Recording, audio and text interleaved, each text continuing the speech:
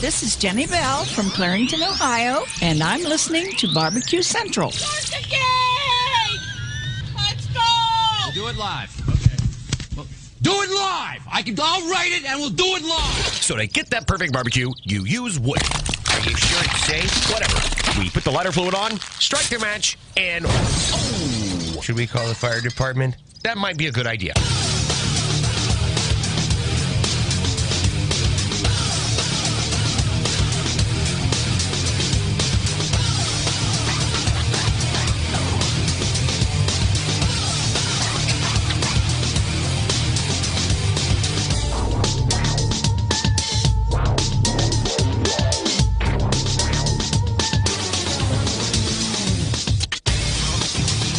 All right, good evening, and welcome to the Really Big Barbecue Central Show.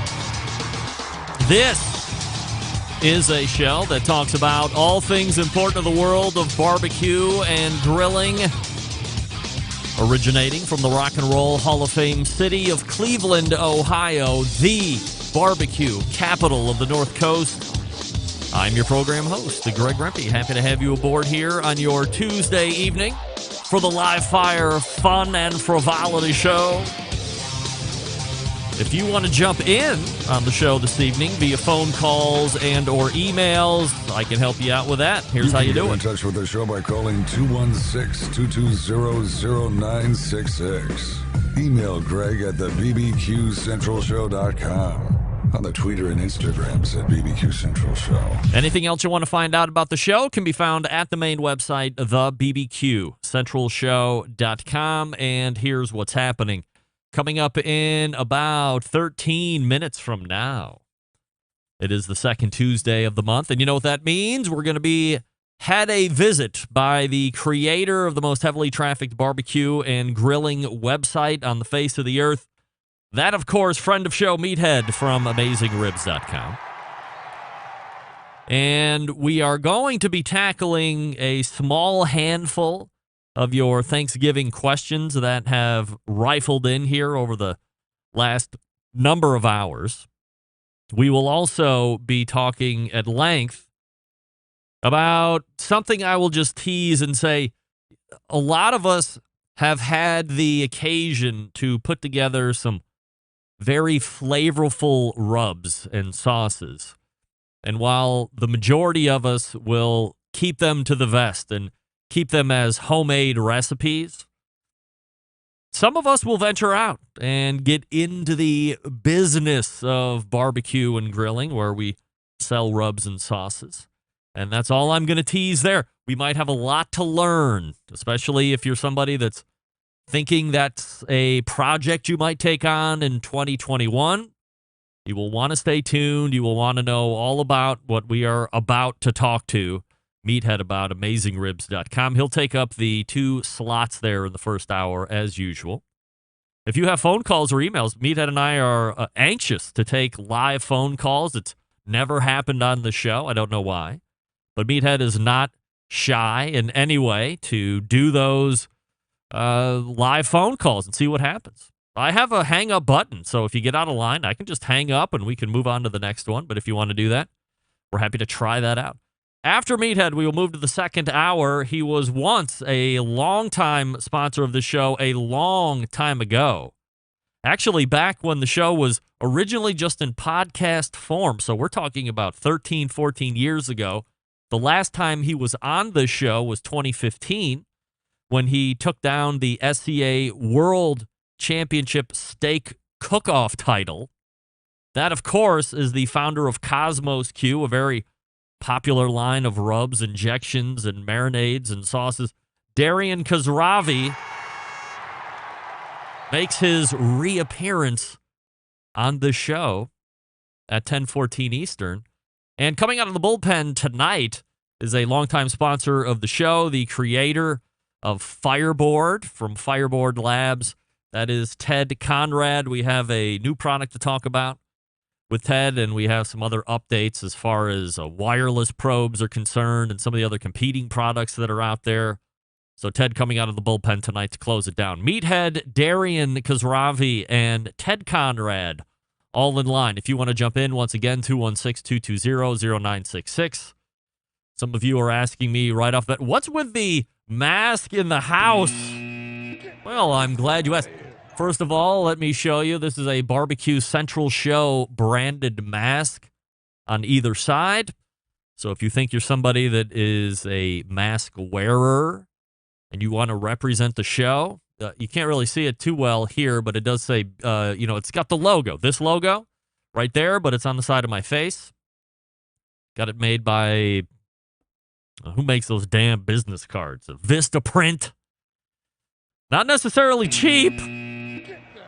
Look out, but very comfortable. It's got this a little extra chin strap. If you got a fat face, you got a little extra chin room for you. They got the adjustable ears.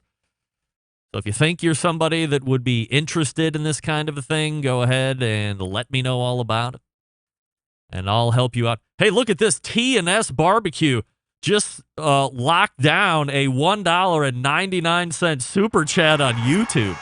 $500 or get the F out, TNS. Let's go. $199. Come on. It's $500 or nothing. Let's go. So if you are interested in the mask, I got a very, very, very limited amount. Hit me up, Greg, at the BBQ Central Show. And in 5 or 6 paragraphs, tell me why you deserve one, and I'll think about it. Shipping's on me.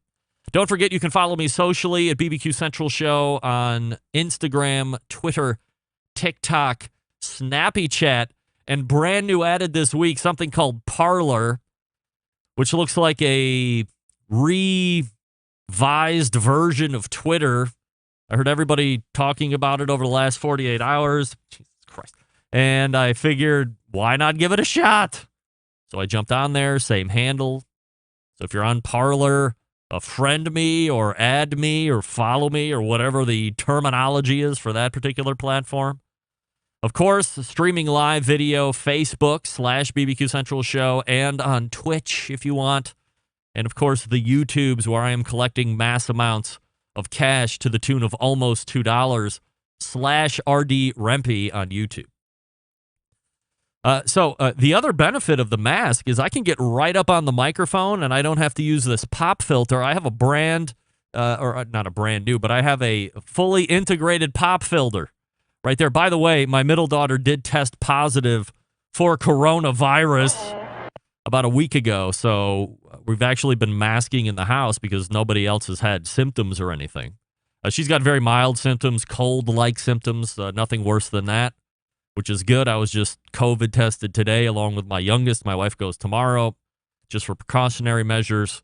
So we're on straight up lockdown for 2 weeks and masking in the house as it was recommended by the County Board of Health. We're sending in temperature readings once a day and any symptoms that we're experiencing. They're on top of it. I need to lead with this evening. So if you're somebody who is putting on a barbecue contest in 2021, and you want to get a crack at that Smithfield grant program, make sure you hit the website and apply ASAFP. Go to Smokin', SMOKIN, smokinwithsmithfield.com, and then click on the grant program link.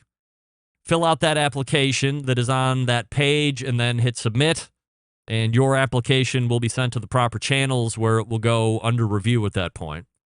This is what you would call, quote unquote, the last call for submissions, as they need to be in by 11/16, so it's 6 days from now, or a little less than a week. Smithfield is celebrating its 5th year, if you can believe it. 5th year of the Committed Cooks program, and of course, they are bringing back that Committed Cooks program too. I'm happy to see that even given the events of this year, and they had plenty of events that were canceled or pushed away or all this other stuff, and not really able to do the events that they wanted, but they are back and better than ever with their 2021 grant program that they've jumped back into. And we'll see how it all unfolds over the months to come, and I'm sure we will get the exclusive unveiling for those contests that end up being picked right here on this show with Laura Paul from Smithfield. And I am very much excited to see who gets picked, and also very much excited to see what the 2021 competition season is going to look like, considering how the 2020 season just ended about a week ago. You would recall we had Brad Leiniger from Getting Basted on this a week ago, talking about his newly found 2020 KCBS Team of the Year.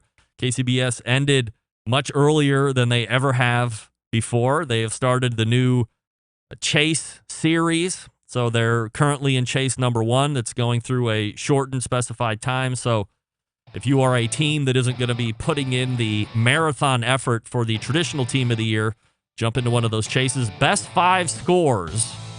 And they're paying overall top 5 and categorically in the top 5 as well. That's KCBS. How about that? But again, if you want to get on that grant program, head on over to Smithfield. SmokingWithSmithfield.com. Hey, brand new sponsor to the show. You ever heard of a company called B&B Charcoal? Yeah, I know you have. Little charcoal 101 for you. Not all charcoal is created equal. First and foremost, charcoal is a heat source. You want to look for the most efficient way to cook outdoors. Second is the taste and appearance benefit that charcoal can give your food. Third, the health and safety considerations for you and your equipment. 2 main types of charcoal, of course, lump and briquettes. Key difference, lump charcoal is 100% natural wood. Briquettes are made of wood byproducts and additives. Quality food comes from quality ingredients. Fuel is the last ingredient, but it is the first taste you perceive when eating. Choosing the right fuel source makes all the difference. It's very important to use the best quality charcoal when you cook because it's both a heat source and a flavor source. That's why you should try B&B Charcoal if you haven't already. But what's the difference between the two?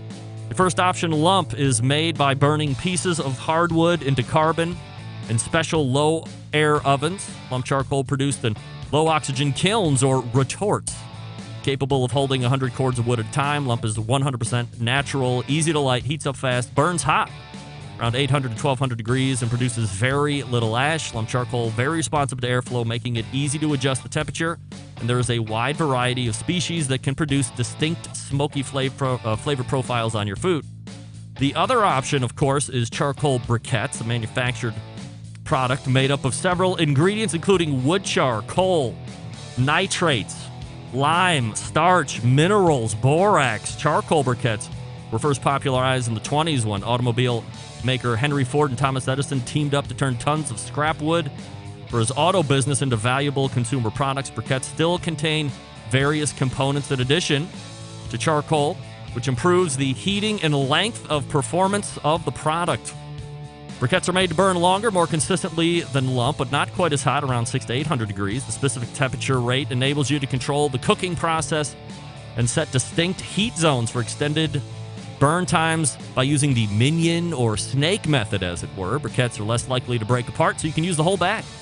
Consistent, predictable are the hallmarks of cooking with briquettes and key factors to producing great tasting food. Briquettes always convenient, reliable, and an inexpensive fuel source.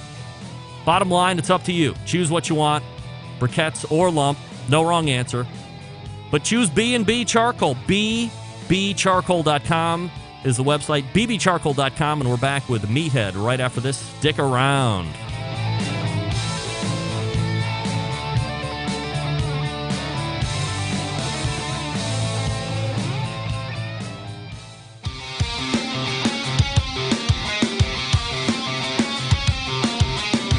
Broadcasting live from the BBQ Central Show studios in Cleveland, Ohio. You're listening to the BBQ Central Show. Once again, here's your host, Greg Rempe. Hey, welcome back. This portion of the show being brought to you by Butcher's Barbecue, makers of award-winning injections and marinades and rubs, seasonings, barbecue sauces, grilling oil. All the products tested on the competition circuit as well as in backyards worldwide. Be the pitmaster of your neighborhood and visit butcherbbq.com to stock up right now.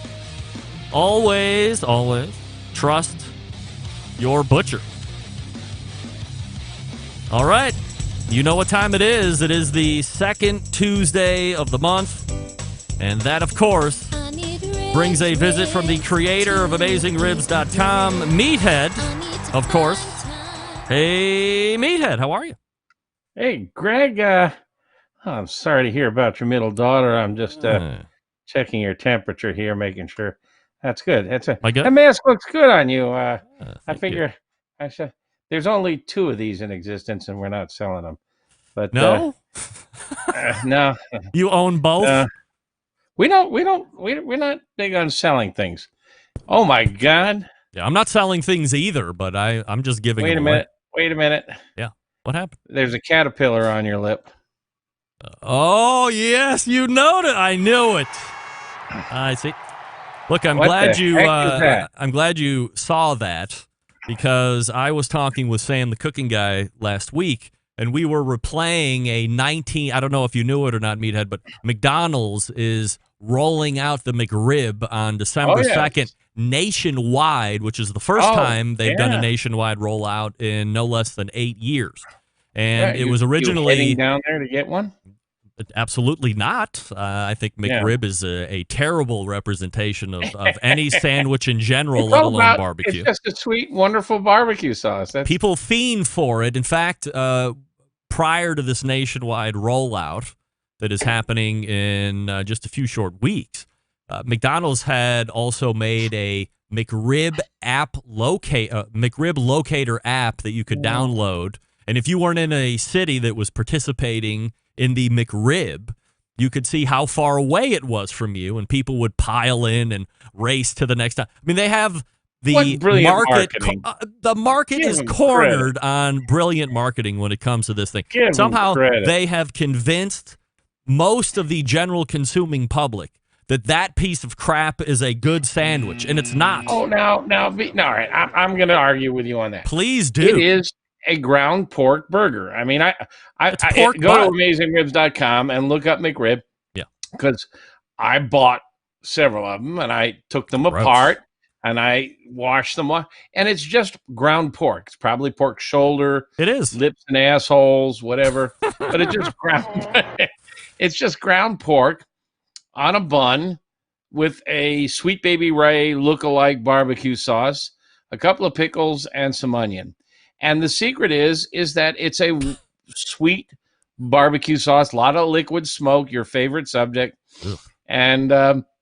And people just love that sweet barbecue sauce. You could put it on cardboard and they would beat a path to it. Yeah. And I mean, it's a pork burger. I mean, we love hamburgers. Why don't we love pork burgers? We do. We should.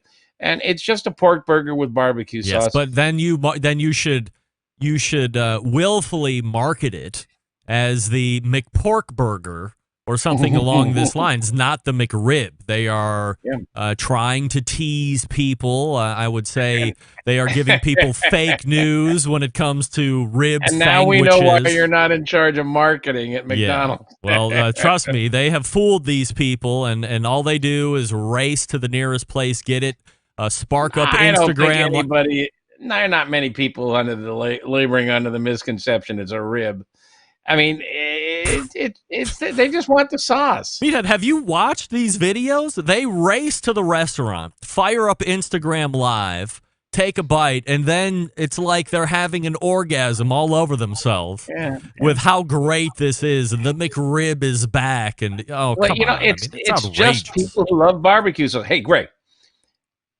Time for a little honesty. Love barbecue. Have you ever gone to the fridge, opened up a bottle of barbecue sauce, and just took a slug? Yes, absolutely. What do you Meathead, do you remember when you were on my show and I was drinking Dave's barbecue sauce right out of the bottle? It was delicious. And it's not the same thing, by the way. Same thing. These people are just taking a slug of barbecue. They don't care if it's pork, hamburger, chicken, whatever underneath there. They just want the barbecue sauce. They have bought into the whole concept that this is the embodiment of proper barbecue.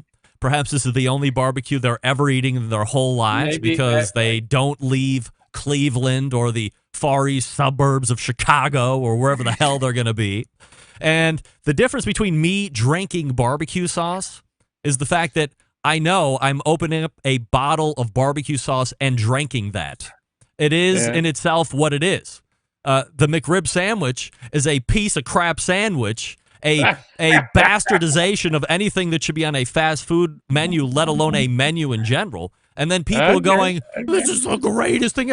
The commercial in 1989 that I played that brought about the mustache, by the way, because in 1989 this guy was driving a old Sierra Cutlass 4-door, little squished version, looked like he just got back from the accounting office, and the voiceover guy's like, Dad's in the McDonald's drive-thru picking up a sack of barbecue.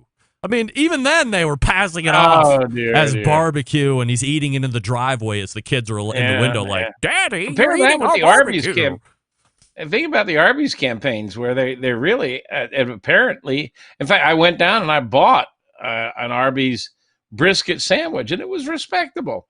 Completely different. I hope these people aren't laboring on the. Well, I mean, there are a lot of people who think barbecue is a flavor profile. That's why they love barbecue sauce, barbecue potato chips, barbecue McRib, whatever. Hey, I heard you say that Ted's on tonight. Yes, Ted Conrad. Very nice. This is the new. Yeah, the Fireboard 2. Fireboard 2. Yes. What a sweet. It weighs a ton. I mean, if somebody threw this at you, and it would do serious damage. But it really is. They've cranked it up a notch. And I heard you say wireless probe. Yeah. And that caught my eye because I've been nagging him to go that route. That's a trend that's coming on now. There's about 3 or 4 wireless probe thermometers on the market now. Well, let me get your thought on that, because I have talked to Ted both on and off the air that I thought his ability to quickly capture and then corner the market of this remote thermometering is by coming up with a not huge gauge but wireless probe, any number of them, let's say 6, because a Fireboard can take 6 inputs and I don't care how huge fashion. Gauge it is. I mean, what harm is it going to do to my brisket? But it's got to work, and it's got to have the ability to roam that the Fireboard is currently giving you. And his biggest argument to me months ago was that there is a potential expense. So what happens if, for instance, Meter is the continued big name in this wireless industry? Well, they were the first in the field. Yeah. There's 2 or 3 competitors now. I've got 1 or 2 of them, as a matter of fact. But there's a lot of technology that is packed into these single thermometers. So what happens if that thing breaks? Are you spending $50 or $60 if one of them breaks instead of the $15? No. The concern is that there are a lot of very sensitive electronics in the probe. And during a break, I'll go get a couple of the probes and we can show them. But if that probe falls out or is pulled out and exposed to flame, kiss it goodbye. Yeah. Yeah, but then the thought is, well, how much to replace? If you have all of that stuff in there, is it going to be $50 to replace? Right now, if I jam up a Fireboard, right? So if I jam up a Fireboard thermometer right now, it's $15 to replace. Yeah. Easy stuff, not that big a deal. But maybe it's $50 or $60 to replace a Meter if something goes wrong. Yeah. That's a big expense. Well, one of the real advantages of these wireless units is that a lot of restaurants have these big rotating carousels, and you can't put a wire into the meat, and so a wireless is really perfect for the restaurants. Mm-hmm. It's nice for home use also, but I think that's the new technology, and I think in another 3 or 4 years we'll see a lot of people using it, and they'll get smaller and thinner and perhaps be able to withstand the heat better. But, when you stick it in a piece of meat, remember, meat's 70% or more water. Water's a great insulator. You stick it in the meat, and even if you take a brisket up to 203, the electronics are protected. They can handle 203. If it falls out or you pull it out and you lay it on the grill surface where it's 500, 700, I listened to you talking about B&B charcoal. Yeah. And by the way, kudos to them for giving fair profile of briquettes and lump. A lot of lump manufacturers speak ill of briquettes, but there's benefits to briquettes, Sure. and they balanced it properly, and I was glad to hear that. There are good reasons to use briquettes, but in any case, if one of these probes lands on your grill grate, it's shot. Meathead from Amazing Ribs joining us here on the show. And so quickly, we oh my God, we got so off base with the freaking McRib. Anyway, the point of the matter was the guy had a huge mustache on in the commercial, and I told Sam, you can't meet somebody without a mustache and then grow a mustache after you've known somebody, because it's always going to look very weird, and you can never get away with it. And what's the first thing that you noticed when I came on and took the mask off? Oh, you're a mustache, because you've never seen me with you've seen me with a beard. But the mustache is a completely different ballgame. You can have a beard, you can not have a beard, and then have a beard, and it's okay. The mustache, very weird, and you noticed it. You noticed it. Well, you look like you're trying It's not to be me, born. I'm Mario. All right, so I got some Thanksgiving questions before we get into some unveiling of business items. We got a secret to share. We have you got exclusive breaking on this. news, so we'll talk about that. So quickly, let's go over a couple traditional items. If you get a frozen turkey, which you recommend, by the way, instead of getting these fresh birds, and we can save that shenanigans for another time. But what's your traditional thawing time that people want to allot for, so they're at not least a week. screwing them? At least a week, Start no matter at least what. A week early. Pardon? No matter what size? Yeah, I mean, just get to the train station before the train. Don't worry about timing the arrival of the train. Just start a week early. Thaw it in the fridge. And if it's thawed a day or two ahead of Thanksgiving, it's not going to hurt. And I'll do the quick summary of why. Frozen turkeys, they slaughter it, they freeze it. It's pretty darn fresh. Fresh turkeys can sit around for a week or more, going from the farm to the warehouse, to the grocery store, on the grocery store shelf. It is no longer fresh. And government definition of fresh can be 26 degrees, which means essentially they're frozen. So I always buy, they're not far from my house, there's a place that slaughters turkeys. Oh. And you can go there, and I can say, I want that one, and take it home. It wasn't any better. Outside of the traditional stuffing or dressing, you're a big fan of stuffing muffins. Yeah, we like that. I mean, if you stuff the bird, you have now made a bowling ball. And remember the basic core concept. This is a really important concept. Hot air cooks the outside of the meat.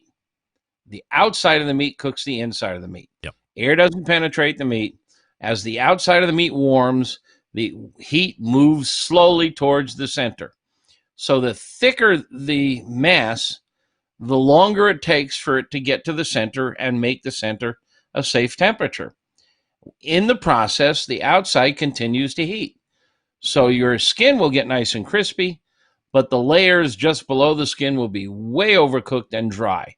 So that's why spatchcocking is a great technique. You open it up, you have a much thinner area. You're cooking on both sides, the inside and the outside. It cooks in about half the time, much better for moisture retention. Stuffing the bird is traditional and fun, but it's a recipe for cardboard. I have an email from Jason Kaplan of the Howard Stern Show. Top men in the industry, Meathead.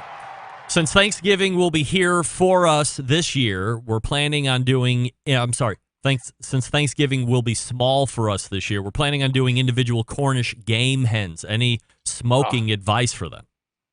First of all, I have become a huge fan of Cornish game hens. First of all, they're not Cornish, they're not hens, they're just young chickens. A chicken goes from egg to your grocery store shelf, from egg to 3.5 to 4 pounds in about 2 to 3 months. It's just amazing, the growth rate. A Cornish game hen is in between. A Cornish game hen is a young chicken, and the skin is thin. There's not a lot of fat. This household, it's just my wife and me. One Cornish game hen is enough for the two of us. They're almost always tender, almost always juicy. They're great on the grill. You can smoke them if you want. If you're going to smoke a turkey or a chicken or a hen, 325 is what we recommend, because you need to render some fat and crisp the skin. Almost everything else we recommend 225. Lower is better almost always, no matter what meat you're cooking. When you cook at higher temperatures, you're shrinking proteins and squeezing out juices. But I absolutely adore Cornish game hens, and I've been cooking them lately on my Weber kettle with wood. I got my local wood supplier to give me splits that are about 8 inches long, and I stack them up. I burn them down to embers, and I throw that game hen right over the 2-zone cooking. By golly, that is marvelous tasting. Love them. Have fun with them. You'll enjoy them immensely. Meathead from AmazingRibs.com, breaking down some Thanksgiving questions. Also got an email from Stover that says, Meathead, I am sure you've heard of turducken. I think those are gross, but I'm wondering if you have any recipes for pineapple duckin'. Oh, my God. Oh, he's sticking his elbow in my rib. I think so. He knows I'm a fan of pineapple. I have bought and cooked turducken. I have never made one from scratch. There are restaurants that serve them. It's a turkey around a chicken around a duck. And then the stuffing is a cornbread stuffing, often with andouille, and the individual components are fine. But again, you're dealing with a very thick bowling ball, and duck breast is best at 140 degrees. And to cook this thing through, you're way overcooking the duck breast. It's a fun idea. I mean, John Madden made it popular. It's just not a great meal. If you want to do it and have fun, fine. You'll do it once, and then you'll never do it again. If you get a good one from New Orleans with a good cornbread stuffing with andouille, it'll be very tasty. But all the meats will be way overcooked. Just make sure you get a good gravy. All right, get a good gravy. And Rob Bass, as I was just flashing up there, says Meathead's thin gravy is the best thing to happen to turkey ever. So can I talk very briefly about that? Very briefly. The key to that gravy, thank you, Rob, is put your turkey above a drip pan. And in that drip pan, put all the trimmings, the skin, the neck, the gizzards, everything except the liver. Liver is not, don't put it in there. Separate the liver out. If you want the tips of the wings, if you're going to spatchcock it and you remove the backbone, throw that in there. Throw an apple, some celery, some onions, some garlic, a handful of herbs and spices, maybe a bottle of white wine or some chicken stock, and just put this pan under the bird and let the bird drip into it, and let that pan also get smoky flavor. And then just before the bird is done, 160 degrees for the bird, and around 150 or so, pull the pan out, run it through a strainer, separate all the solids, and then taste it. And if it's too thin, put it in a pot on the stove and cook it down. Add a little salt. It's just awesome. And if you pour that on top of your chicken slice or your turkey slices, instead of mixing it with flour, where you make wheat paste, and it just sits on top of the meat, this will actually penetrate the meat and add tons of flavor. But even if you don't, you'll get enough out of this that the day after, I drink this stuff as soup. It's just fantastic. All right. So head on over to AmazingRibs.com to get that recipe and try it out here in the next couple weeks, or just keep like a vat of it in your refrigerator. I'm sure you'll find uses for it. It's in the ultimate turkey recipe. All right, ultimate turkey recipe. All right, stand by, meathead, and we will come back to you here in just a moment. I'll talk to you quickly about Pits and Spits. Since 1983, handcrafting smokers and grills in Houston, Texas. In that time, Pits and Spits has established itself as one of the premier brands in high-quality offset smokers and more recently pellet grills. Pits and Spits sets itself apart by using heavy 7 and 10 gauge steel in every cooker, fully welded construction that you can feel when you use the unit, a 304 stainless steel roll top lid and a front shelf on every single smoker. So why does it matter? Well, you're using higher quality materials. Pits and Spits smokers reach and maintain temperatures, allowing you to worry more about the meat than the heat. By providing a fully welded smoker, you don't have to worry about grease and smoke leaking out of the barrel and your grill rattling apart as you move it through the backyard. And by using 304 stainless, you're getting an heirloom quality product that you can pass down to your kids.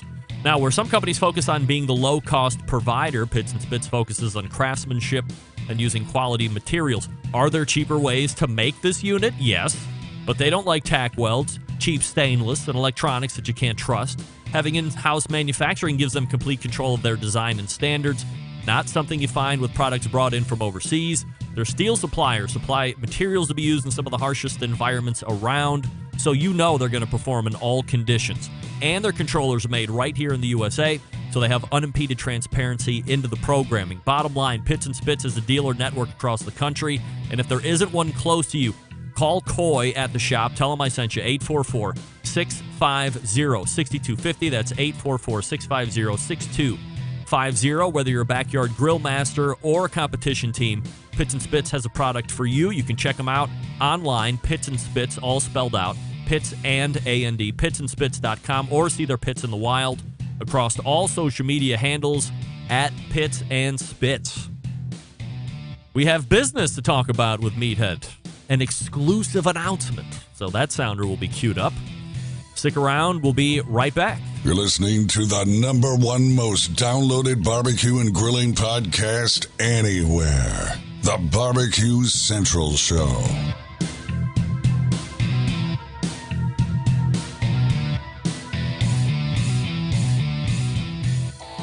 Howard Stern, Jim Rome, Dan Patrick, and Greg Rempe. The Mountain Rushmore of talk show entertainment. Now, let's get back to the Barbecue Central Show. If you have a Pits and Spits pellet cooker, you want to buy your pellets from cookinpellets.com, your #1 source for quality wood pellets. I use them in my Traeger. I use them in my Green Mountain Grill. Someday I fancy myself a Pits and Spits pellet cooker. I would use Cookin' Pellets in there as well. You can go to cookinpellets.com to purchase and see what all the other stuff that they have, or amazon.com if you would rather. Up to you. Meathead's right here. By the way, you notice my mustache, and let me give you major kudos on that sweet mic setup that you have there, Meathead. Look at it. You got a boom arm and the microphone. It sounds really good. Yeah. Really. Well, you know, we've talked for many years on air. And over a decade. I listen to TV and radio, and it really drives me nuts when NBC or PBS or somebody interviews somebody, and it you know, and it's just terrible. And I talked to you, and you said, well, the secret is get a good microphone. Right. And so I asked you what to buy, and you recommended a brand, which I bought. I think about 100, 150. I don't know what I paid for it, but it's a really sweet machine, and I hope I sound good. Yeah, sound great. I've got a new camera coming, so my video feed will be better. Right. But I'm sorry to say I'm not setting up a studio. This is my office. This is where I work every day. It's a pile of junk. My new camera, I'll be able to pick it up, and I'll show you everything that's in here. Oh, because great. there's hundreds of books in here. But you know, thank you for the recommendation of the microphone. And yeah, I got the professional swing arm here. The whole everything. Yeah. All right. Yeah. So let's talk about business. If I may do this. A Barbecue Central Show exclusive news update. Yeah. Right from the breaking news desk here in Cleveland, Ohio, we go to the Chicago suburbs, where we find our reporter Meathead on the scene with a breaking announcement. Well, I'll do the slow build. for years, we have shared recipes for rubs and sauces on the website, and they've become very popular. There are a lot of people that love them, that swear by them. They've been used in competitions, and people win awards with them. And people have often said, why don't you bottle them? And I've just said, no. I mean, we're all about recipes. That's what AmazingRibs.com is recipes, sharing, teaching people how to cook. Besides, every barbecue joint in America has rubs and sauces. How am I going to compete with Sweet Baby Ray or everybody's neighborhood local barbecue joint that they want to support? And a couple of years ago, I went to Kansas City for the National Barbecue Association conference. And on that trip, I stopped by Old World Spices, which is located in KC. And they're just as wonderfully, they're large, but they're still boutique-y. And I really went there to learn more about spices and, solubility of spices, which spices dissolve best in water, which spices dissolve best in oil. And while I was there, Amy and Jerry, Amy's a VP, Jerry's in charge of production, they sat me down and we had a chat, and they said, Meathead, your brand is so well known. If you produced a sauce and a rub, it would sell very well, much better than a lot of these sauces and rubs by these barbecue teams and restaurants that nobody's ever heard of. And, it dawned on me. I said, well, gee willikers, we do have more than 1 million people a month come to our website. Maybe we should do it. And I just filed it away. And it's been like 3 years. And, we're having a staff meeting and we're talking about, in any case, long story short, we said, what the hell? So we reached out to them, and we are formulating 3 rubs and 3 spices. 3 spice rubs and 3 sauces, and they should be on the market in first quarter, late first quarter, Wow. late winter, early spring. We're working with an artist, and we're going through the whole process. And I mentioned this to you. I have not made this public yet. I have not told anyone. I told a few people in our Pitmaster Club, Public and knowledge. it's getting around there. But otherwise, it's been a secret just with me and our team. And we're having fun. We're having fun with the process.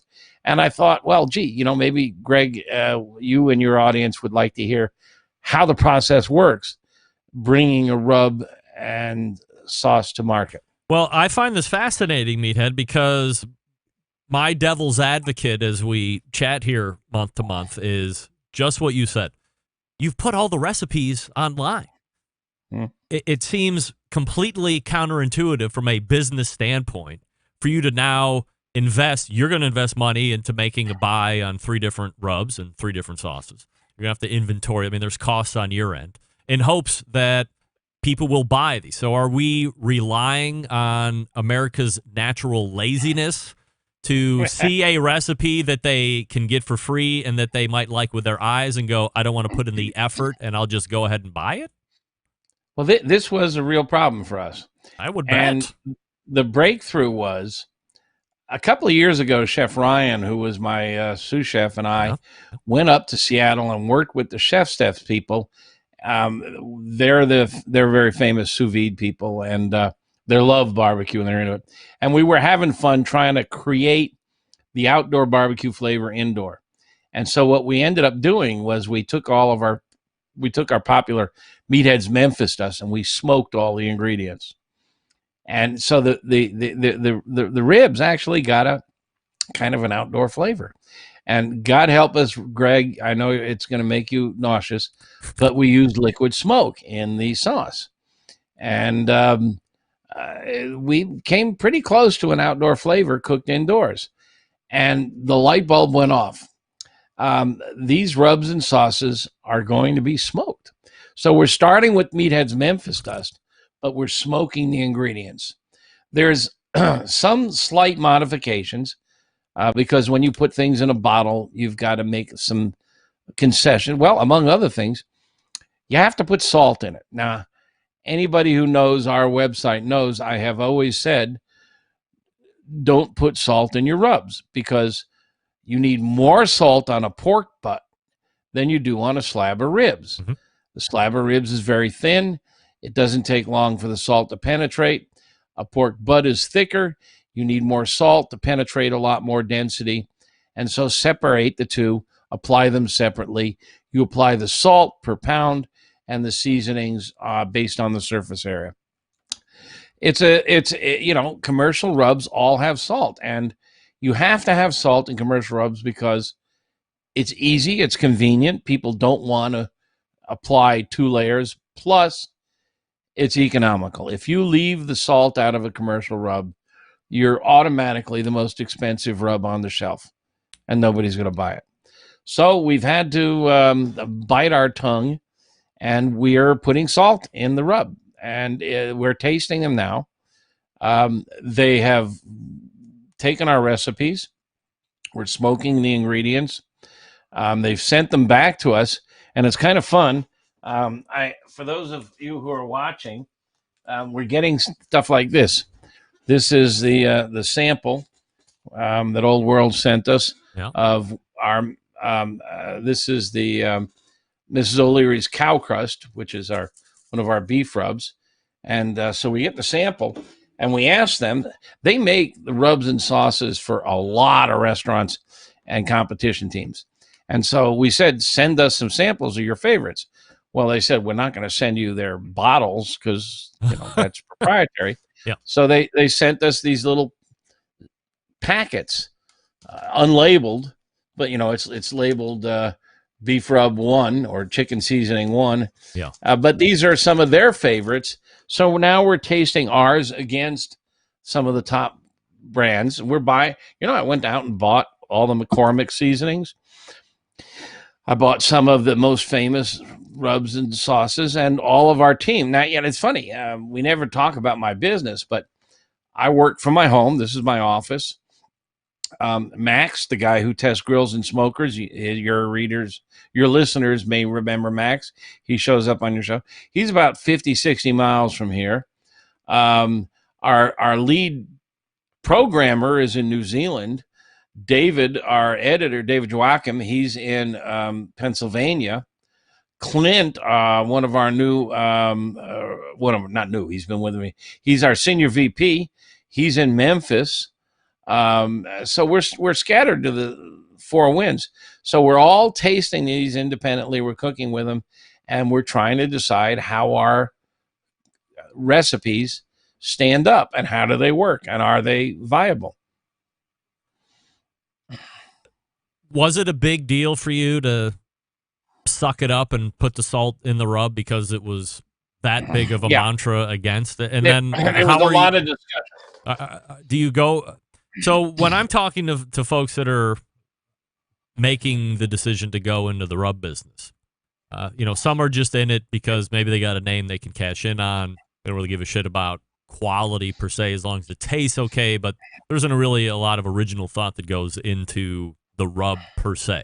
Something they can market, make a few bucks, maybe, and then just something to further the brand recognition. Then there's some other folks, for instance, Jess Pryl come to mind. She seems unrelenting. She will not sacrifice one principle. She will have something that costs a little bit more for her to make and in turn charge more for the consumer to make, but she is going to live and die by the recipe that she feels needs to be on that shelf. So how do you reconcile going against a mantra that you have preached so long and be okay with it? There's no alternative. I mean, we will not sacrifice quality on the ingredients. I mean, if they come back to us and say your recipe costs 10% more than any of the others, that's all there is to it. We're going to have to go with it because quality counts. But when you are competing for a mass market audience, I mean, a lot of grocery stores and hardware stores, you go in there and there can be 20 or 30 rubs, sure, 20 or 30 sauces, all on the shelf side by side. Your label has to jump out and your pricing has to be competitive. And you can't compete unless you have salt in it. Now, some of them have more salt than others, and we're working to get the salt balance right. But we have to be convenient. We have to meet the consumer expectation, and it will be different from the recipe. And people who are devoted to excellence will make their own recipe without salt, using the recipe on the website. But I'll bet you they'll try a bottle of the commercial because it's really kind of interesting with the smoked ingredients. From a sauce standpoint, there's easily 878 options to choose from when you go to any grocery store or specialty store or what have you. Yeah. So now you're at a fight for name brand recognition. Kraft, Casey, Masterpiece, Sweet Baby Ray, Stubbs, just Sweet to Baby name a Ray's few. the dominant. I've seen it sell for 99 cents a bottle. Yes. So how are you competing and getting in and not getting caught up in the noise on that? Is it solely because it's AmazingRibs.com? We're right now in the rub phase, and we haven't had any samples of sauce. We have recipes on their desk, so I can't say, and I don't know what they're going to cost. Right now, we're working strictly on taste. We sent them recipes. They're assembling the recipe. They're adjusting the recipe as they see appropriate for production purposes.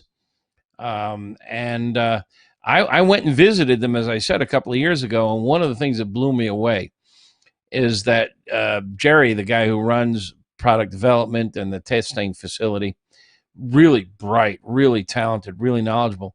And he had surrounding him about 20 to 30 somethings who were food science majors in college, who were just really sharp as a tack.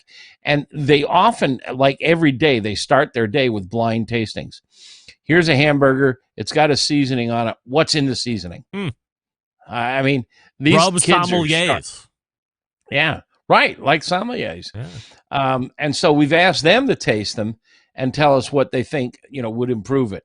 And we're getting their feedback. So we're modifying, and we're going to settle in on the 3 rubs fairly soon, and then move on to the sauces. The process is just a lot of fun. Tonight, I cooked 5 chicken legs with 5 different spice rubs on it. Including ours, to do a blind tasting with my wife and I. And David in Pennsylvania is doing the same. And Clint in Memphis is doing the same. And Max in Western Illinois is doing the same. And Husky in Michigan is doing the same. We're all doing our own little tastings, and we're conferring and sharing notes. And we'll hopefully settle on something that works. It's just a fun process. Ultimately, this will be your decision on what makes the cut. You'll gather feedback and go, okay, this is what I'll gather feedback, and if everybody disagrees with me, I'll go with everybody. But if there's scattered disagreement, or just a few disagree with me, my preference will carry. Yeah. All right. But good. I'm getting ready to tie up. So if there was something else you wanted to add before we jump off. We'll check back in. This process is, along with it, we're working on the label. We want the label to stand out and to convey a message. So we're working with an artist in Ithaca, New York,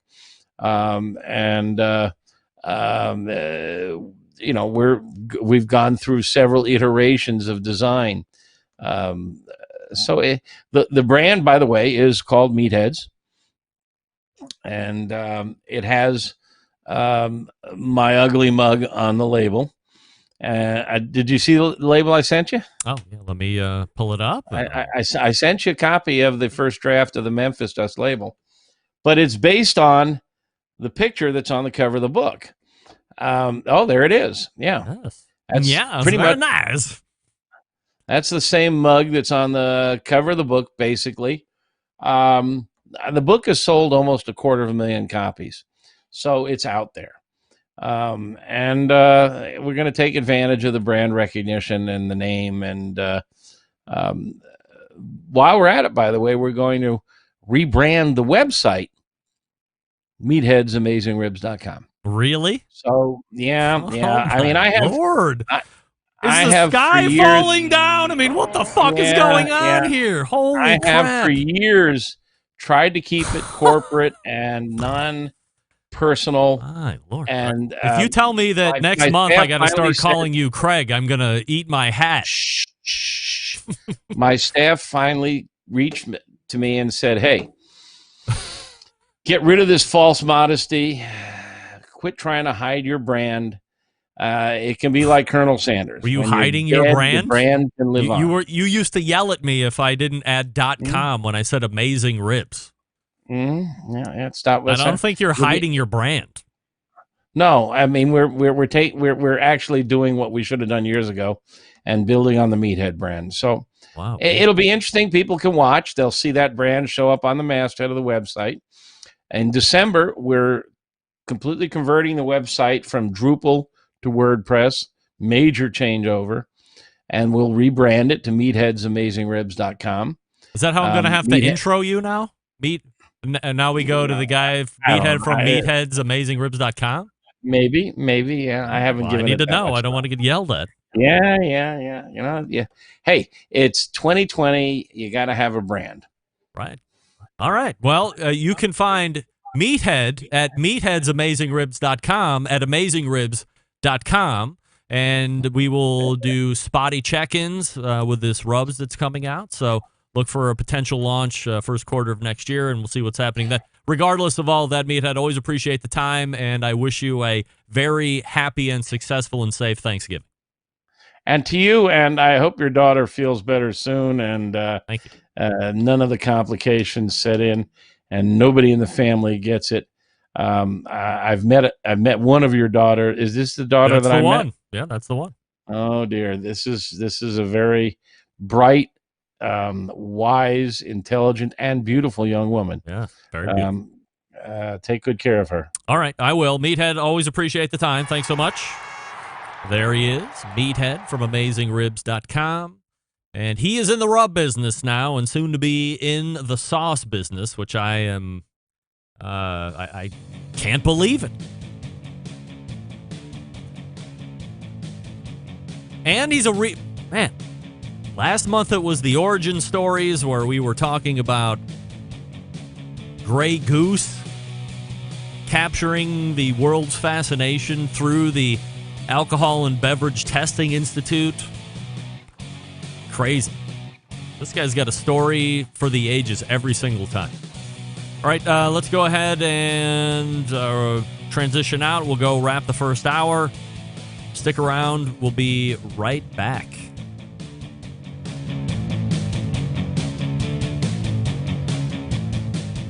Continuing to produce incredibly mediocre content in an exceptionally professional way.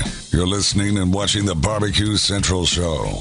Once again, here's your host, Greg Rempe. And this portion of the show being brought to you by Fireboard. Monitor up to 6 different temperatures simultaneously. Connect to Wi-Fi for cloud-based monitoring, or connect via Bluetooth. If you have Alexa or the Google Assistant, you're in luck. Fireboard is fully integrated with both. Find out more by visiting fireboard.com or call 816-945-2232 if you have any questions. Ted Conrad from Fireboard, which is selling Fireboard 2 and Fireboard 2 Drive, which is what Meathead showed you earlier in his segment. 10:35 Eastern. Ted will be on. We'll talk to him all about the good stuff. All right, so once again, and as John Solberg is Facebooking out, honestly, this is crushing to hear that salt is going into Meathead's rubs. This is the battle potential rub makers and sauce makers have to fight.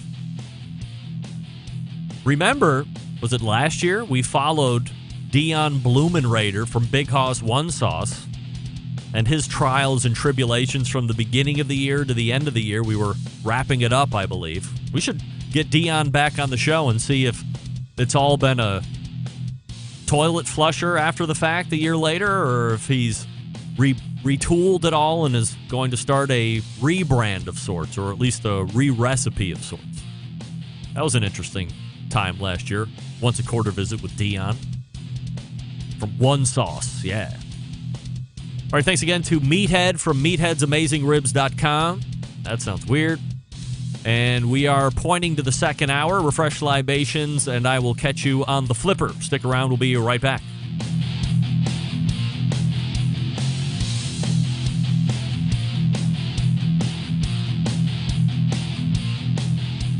This is Dion Blumenrader with Big Hoss One Sauce, and you're listening to the best show on all things barbecue with my man, Greg Rempe.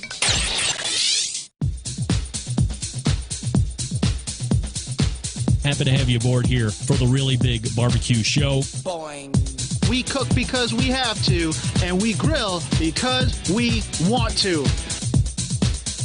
Hit me. Fine, how's it going? You have a great show. I'm a big fan. Boing. So what seems to be the problem here? This man looks like he's dead, and he's in the crackle. Charbono! It's all about the Charbono, dude! Succulent fish. What? He ate 54 wieners. Oh, listen, Lavernius, shut your face. I'm shaking like a dog shit peach seeds.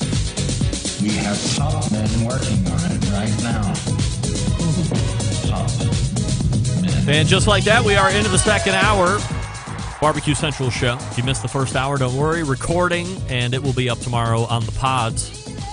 Second hour up on Thursday. I don't know if anybody caught that. I was talking about Dion Blumenrader from Big Hoss One Sauce, and then the ID opening up the second hour by complete random chance, Dion Blumenrader from Big Hoss One Sauce. Oh my Lord! Here's John Solberg going, no way. What were the chances? I got to tell you. I mean, I can tell you exactly what the chances were. Go to station IDs. It was a 1 in 29 chance that was going to happen. A 1 in 29 chance that Dion Blumenrader was going to show up, because I have 29 of these IDs that are put in through a PAL script, and they just randomly get picked out of this folder and shot up. That's why sometimes you hear them more than once, and other times, I don't remember the last time we heard the Dion one. What are the chances? That was insane. 1 out of 29. Those are pretty, like if you're horse racing, 1 out of 29, I'm putting $2 on the horse that's going out 29-1. I can guarantee that. I'm always putting anything high 20s or longer. Always have to put $2 to win. And perhaps box him with the favorite. Why not? Anybody remember this ID? This is Jim Minion from Two Loose Screws. I'm listening to Barbecue Central. Anybody know who Jim Minion is? Legend in the barbecue world? Email me who Jim Minion is, and I'll send you a mask. If you wear masks. Maybe you don't wear masks. Maybe you're an anti-masker. Still to come on the show in about 12 minutes, Kosmo's Q's founder, Darian Khosravi, or Kosmo as he goes, or you might know him. So looking forward to seeing what Kosmo's been up to. And then closing out the show, 35 past the hour, Ted Conrad from Fireboard. So if you have questions, I know Meathead and I, after we got through the laborious McRib talk that was totally unforeseen, talked about wireless meat probes. So we'll see what Ted is up to in that regard.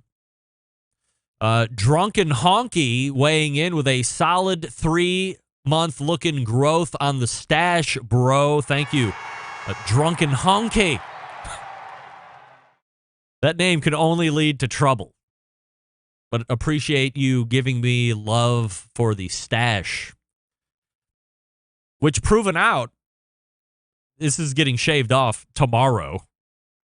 But I wanted to grow it out for about a week just to see if anybody would notice. And the first thing out of Meathead's mouth was, oh, old people say, you got a caterpillar underneath your nose. Or I think also old people say, you got a little dirt above your lip.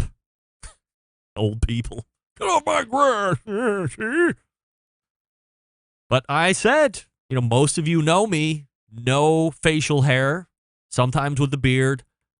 always a battle with the hair on my head, but facial hair, but never, ever a mustache other than that picture I threw up when Sam was on last week. And I said, hey, if you know somebody that has never had a mustache and then the next time you see them, they have a mustache, weird. It never doesn't look weird. You can't get over it.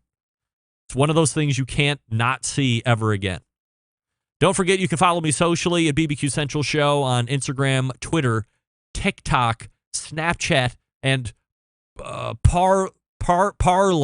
That's it. / BBQ Central Show on Facebook and Twitter, / RD Rempe on the tubes, where you will find live video feeds, respectively, on those last three. Coming up on the best moments of the BBQ Central Show in 10 minutes or less, this Friday, a watershed benchmark moment, episode 150. We give John a huge round of applause on that. Unbelievable. 150 episodes. I was talking to John earlier today, and I said, man, we're entering in our third year. Perhaps he caught me in some error. He's like, you had said something about third year, and he's like, no. No. Entering into, at the turn of the year, our fourth year of best of shows. Holy moly. Simple math, of course, would tell you that we're well into the third year, but I'm not very good at math. I hate reading. A lot of the fundamental things that make you a success in life I find to be tedious, so I don't do them very well. Anyway, 150 episodes in. This one takes you back to November 8th, 2016. And remember that really awesome barbecue competition called King of the Smoker? Of course you do. We talked about it all the time on the show when it was happening for like 9 or 10 years. It was easily the most sought-after contest that every pitmaster wanted to be invited to that calendar year. When teams weren't invited that year, they would take to social media and cry and whine and bitch about not being part of the cool kid crowd. And within this episode, you hear me dial up Sterling Ball to talk about the list. And when I say dial up, this was an impromptu call. This isn't like I say it's impromptu and it was set up. But if you go back and listen to the whole show, because that whole show link is included in the show notes, and just go to the second hour, I think pretty much from the top of the second hour all the way through, even past Sterling's interview, was one of the best single hours in show history. J. Kenji Lopez Alt, or K, whatever. He was supposed to be on as the first guest in the second hour, and something happened. He forgot, or we couldn't make the connection. Time zone confusion, whatever the hell happened. So I was vamping, and I had mentioned offhanded at the top of the vamp that the list had been out. And I said, you know what? The list is out. People are bitching. Let's just dial up Sterling and see what happens. So I picked up the phone and dialed him up, and he picked up, and I was like, hey, we're live on the air. And he's like, hey, thanks for the notice. Thanks for the heads up, pal. Then we proceeded to do any number of minutes, and it was a great conversation. So you have to be subscribed to the podcast in order to get the best of. And again, a great whole second hour. You got to check it out. Also, it appears that some of you had issues when it came to getting the first hour of the podcast last week. Apple had some issues along with some other catchers. Google had no issue, of course, but others had some issues. So my first bit of technical advice is this. When things like this happened, and perhaps I've mentioned it before, don't assume that the error is on my end. I am pretty smart. I'm pretty adept at this whole podcast uploading game at this point, now 14 years in or so. And if we're going to play the blame game, always assume the error is on your end first. After you take your responsibility, try unsubscribing from the feed. Then resubscribe to the feed and see if that doesn't fix it. 99% of the time, that will remedy the situation. Now, in the 1% of the time that it does not, Andrew, You are not the father. That it does not fix that particular error then and only then. Can you assume the error might be on my side? You can also assume that at least 70 or 100 other people have already emailed me about the specific issue that you are about to email me about. You can also assume that I am working diligently and feverishly on resolution.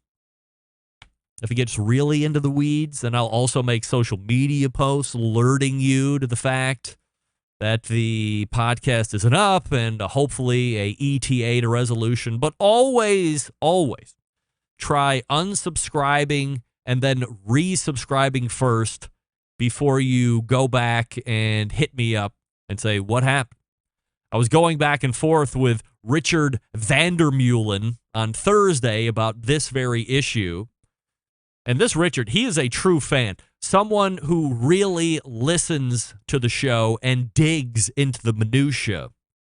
And here's what I mean. As we're going back and forth about the show not being up and the first hour missing, blah, blah, blah, he tosses in and I quote, could it be cat piss? Couldn't it be? Well played, Richard. Well played. By the way, if you have been hoping and praying for a cat piss update, I'm happy to tell you there are no... Andrew, you are not giving you new cat piss updates because there's no new cat piss updates to give you. Nope. Pheromones proliferating through the house. Check. Full Prozac shots to chill him the fuck out. Check. Pissing in the house? Not for 4 weeks. I think going on 4 weeks. So I'm happy to give you an update about no cat piss updates. Yeah. I'm also happy to talk to you quickly about Big Papa Smokers before we get in with Kosmo's Q. Big Papa's, known for the championship rubs and seasonings. Popular flavors like Sweet Money, Cattle Prod, Cash Cow. All proven winners on the competition scene and in backyards like mine. Big Papa Smokers offers 13 perfectly balanced flavors that will transform ordinary meals into extraordinary. Whether you're cooking to impress the judges or grilling for the family, Big Papa Smokers' award-winning rubs and seasonings don't disappoint. They also have a line of barbecue sauce that they own and very proud of. If you're looking for the no-go-to sauce, try Granny's barbecue sauce, reminding us of why we fell in love with barbecue in the first place.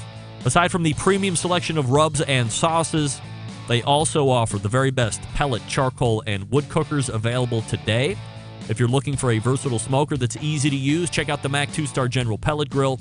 Big Papa Smokers, the exclusive Mac dealer, even offering special packages if you're not a fan of pellet smokers. Take a look at the Old Hickory Ace BP. It's the only charcoal smoker that Big Papa trusts on his competition trailer. Not sure of what grill you need? Questions, comments, concerns? Give them a call. They're here to help. 877-828-0727. That's 877-828-0727, or shop their website, bigpapasmokers.com. That's BIGPOPPA smokers.com. Big Papa. I love it when you call me Big Papa. All right, Kosmo's in the green room. We'll be back to chat with him and catch up. Stick around. We'll be right back. You're listening to the #1 most downloaded barbecue and grilling podcast anywhere. The BBQ Central Show.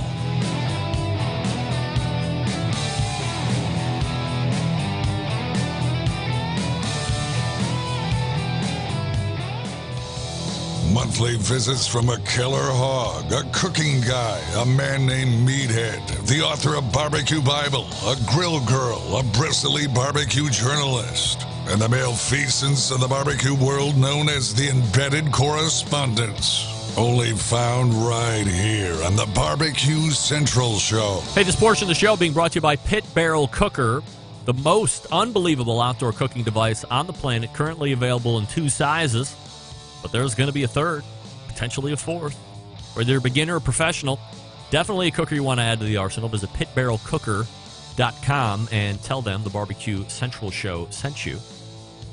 My next guest was last seen right here on this show, October 2015, if you can believe it, when he won the SCA World Championship title of the universe, which, by the way, was just used as a best of segment on this show a few weeks ago.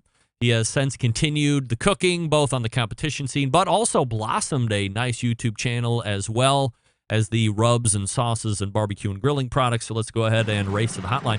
And welcome back, Darian Khosravi, Kosmo. Hey, pal, how are you? Hey, how's it going, Greg? Kosmo, do they call you Darian or do they call you Kosmo? Is it a mix of the two? I mean, what do you hear the most of?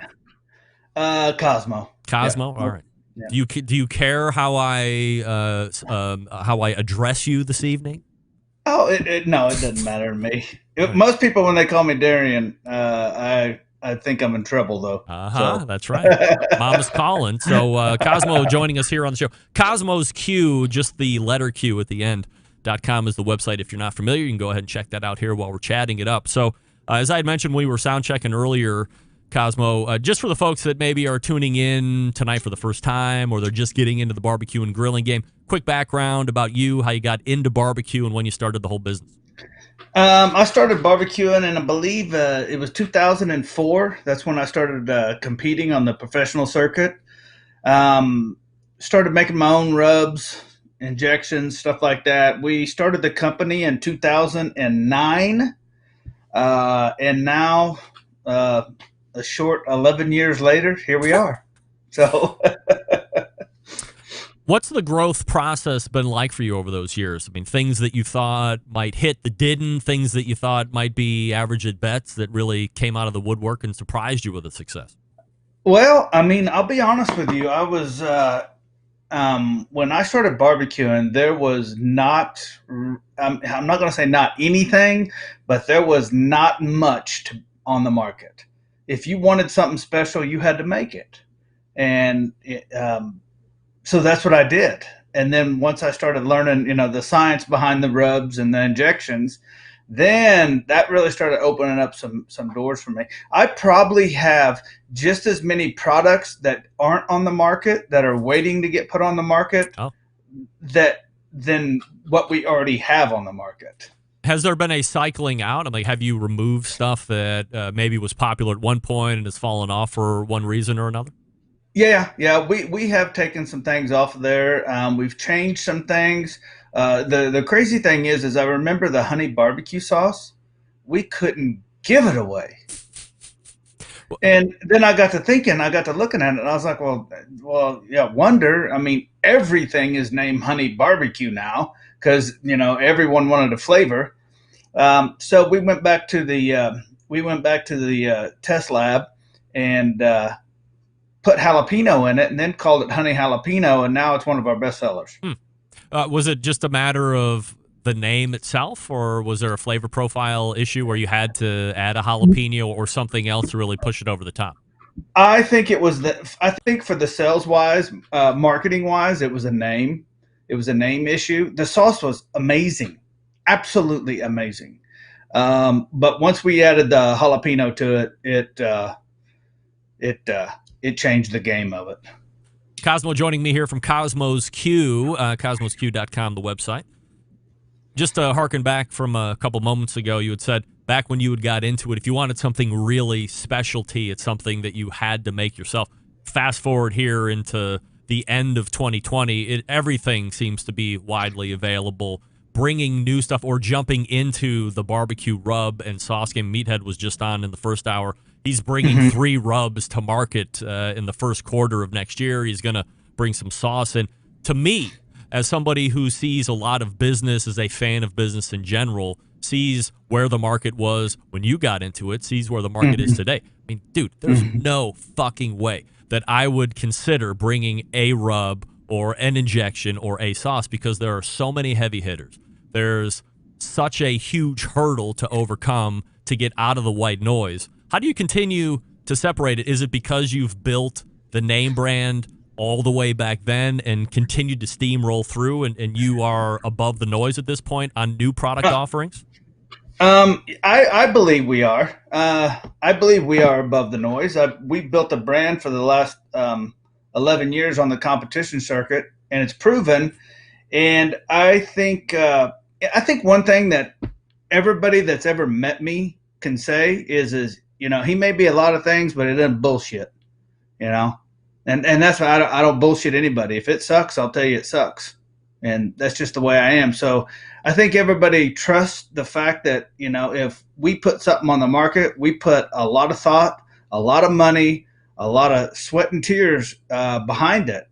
For instance, the cherry habanero barbecue sauce, that was 18 months in the making. We're fixing to release 2 new rib glazes in the month of December that have taken 2 years. Wow. 2 years. And when Cosmos comes to market with something, it's been ran through the ringer.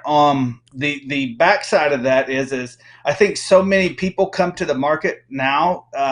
They get a name or they win something, they do something, and they have a rub manufacturer reach out to them and they say, "Hey, can we make some rubs for you?" And they say, "Yeah." And it's just most of the time it's not even their blend. They don't even know that they could change it. They slap their name on it, white label it, throw it out there, and then next thing you know, they're sitting with a half a pallet of rub in their shop, handing it out for Christmas presents. And I'm like, which you got to try. I get it, you got to try, but once you take delivery of the rubs, that's when the real work begins. Or the sauces or the injections. You got to put the work into it to get it out, to get it in people's hands. I used to think of myself as like the dope dealer. I'd go around a barbecue competition handing out free baggies of it. Look, I mean, you can't. It's good to do that grassroots marketing, and you could probably rely on the internet for a certain amount, but you can't. You can't fool yourself into thinking that you're going to be solely successful on the internet. There's other things that have to happen. So, was it an easy learning curve for you to go out and solicit retail chains and the mom and pop barbecue grilling stores and things like that, or was that tough for you to get going? Most here it was very hard to get going. I've only asked maybe 5 locations to carry our stuff. Every other one has contacted us to carry it. Soon to be Shields. I didn't know you. I didn't have a clue who Shields was. I thought it was a mom and pop hardware store, and turns out they're anything but a mom and pop hardware store. Ace Hardware, they contacted us. Yep. We're in 4,800 stores nationwide. We now have a huge distribution center in Canada. We got a distribution center in Australia, soon to be one in New Zealand. Wow. We have one in the UK, and we're growing. We're moving. Are you like multi-million-dollar like gross revenue company at this point? Yeah, we passed that about 5 years ago. Oh yeah, now we're talking. Heavy hitter. Look out. So are you driving the Phantom now, or is it the 911 Cayman Sport Coupe, or what do you like? I just bought a 2019 Tacoma. Wow, high roller. I love it. You got a lift kit on that bitch or no? Yeah. I put a 6-inch lift on it and then some 35s, and then it was slow before. Now it's even slower. So yeah, nice. Now, are you like a lot of business folks who have seen a lot of growth this year, and many have said that this is a throwaway year because outside of the food service, that's a whole different chain, way on the opposite side of the spectrum. But it seems like everybody else within the live fire industry is having a record year, so much so that they can't now forecast from this year into next year. They're looking back at 2019, 2018 to get a better gauge on what 2021 will look like. So what's 2020 looking like for you currently as we're wrapping up, and how are you forecasting into 2021? Forecasting is such a we've grown 100% year over year for the last 6 years. Wow. So it's the only thing that we have that shows predictability is that growth right there. We plan for that growth. Now, we don't invest in that growth, but we do plan for it. We do forecast for it, and we are pushing for it. Our team will grow to, in 2021, it'll probably be in the neighborhood of 25 to 30 employees. Wow. So I'm of the belief that companies are made in times like this, and I'm not going to sit here and let anything go to the wayside. Are most of the employees with you in Oklahoma, or are they scattered across the country at this point? Most of them are in Oklahoma, but we have some scattered. We have them in Oklahoma and outside of Oklahoma, I'll say. What's Thanksgiving going to look like for you guys? You a fairly traditional household? It's, I think my family's anything but traditional. Everybody's wanting barbecue, and I'm like, oh my gosh, man, can we just have pizza or something? You're like the chef that cooks all day, and then you got to go home, and Beverly's like, "Oh, cook for us, chef." Yeah, so that's okay. I'll probably do a brisket and a pork butt and maybe some ribs or something. And no turkey? No. Wow. I'll get turkey. So I go to 2 Thanksgiving. So my family will be here at my house, and then my wife's family will go down there, and it'll be turkey and ham and oyster stuffing and the whole thing. Yeah, more traditional stuff. So you had mentioned the what was it? The cherry habanero rib glaze. No, the new rib glazes coming out are the maple bourbon and the sticky Asian. Sticky Asian. All right. And when are those due out? I believe they are going to drop December 12th. All right. So, and we're gonna if anybody knows me, I would make sure you're on our email list and just make sure you're well connected, because on December 12th there's going to be some smoking deals flying out. Right. All right. So just about a month from now, so be on the lookout for that. As far as Thanksgiving is concerned, even though it's you might have one traditional and one not so traditional, or more barbecue traditional. Do you still have that brine kit for sale? Because I know we still have some time where if it's still available, people could order and get it in time for the holidays. Yeah, we're running low on them. I think this year we forecasted on about 15,000, and we're running low, and it's not even, 2 weeks before Thanksgiving, but you can still order probably within, if you order this week, you should be safe. Yeah. All right. Cosmosq.com is the website. Also, what I have kind of rediscovered or kept following you, I guess I should say, instead of rediscover, is YouTube. So I have, some of the biggest YouTubers are showing up on the show now. Malcolm Reed is on the first Tuesday of the month in the first hour. I don't know if you're familiar with somebody called Sam the Cooking Guy, but he's on in the second hour. Malcolm's got over 1 million YouTube subscribers. Sam has over, 2.5 million YouTube subscribers, and you're clocking in right now at 255,000. So from a barbecuer's perspective, I mean, you have quite a number of YouTubers. When I went back and did a little due diligence, it looked like you had kind of started into the YouTube about 7 years ago. There might have been a gap, and then you really started to hunker down and get into it. And you can see the production and the quality change, and a little bit more of Kosmo's on-camera personality or persona coming out there, especially over the last handful of years. So what attracted you to YouTube, and when did you realize it was something that you can capitalize on and push the brand? Well, anybody that has a barbecue business knows that your customer service emails are full. How do you cook this? How do you do this? What cooker do you like? What charcoal do you like? And then I was sitting there one day and I was like, man, I should just put all this on video. And then that way it kind of kills 2 birds with 1 stone. People, we can send this to them if they got a question, but also everybody on YouTube. YouTube is the second largest search engine in the world. And a lot of people don't know that. So I was thinking, hey, man, if we could capitalize and just, carve out a little space for us. Now, obviously, we're going up against, giants, in the industry like Malcolm, Guga, Sam. There's a bunch of them, but here's the deal. I was like, you know what? I mean, hey, they're great at what they do. I'm not them, and they're not me. And all I can do is throw myself out there, hope it sticks, and see what happens. So yeah, we've been very blessed. I think last year at this time we was coming up on 80,000, and in the last year we went from 80 to 90,000, 100,000, something like that, to 250,000. I just took some time off of YouTube. I think that was the last video I posted. I'm quitting YouTube just to take a break because I did it 4 years straight without one single week off. Wow. And I was just like, man, I just need 5 minutes to,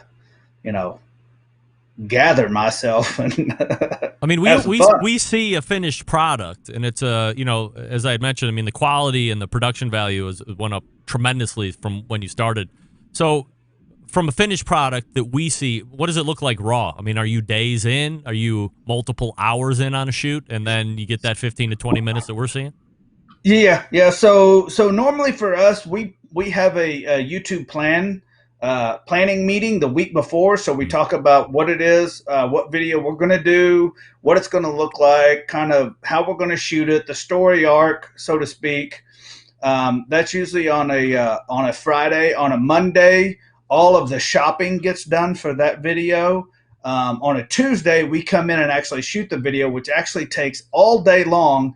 And then we edit Thursday, Friday, do revisions on Friday, and then it goes live the following week. So it's a full-time job.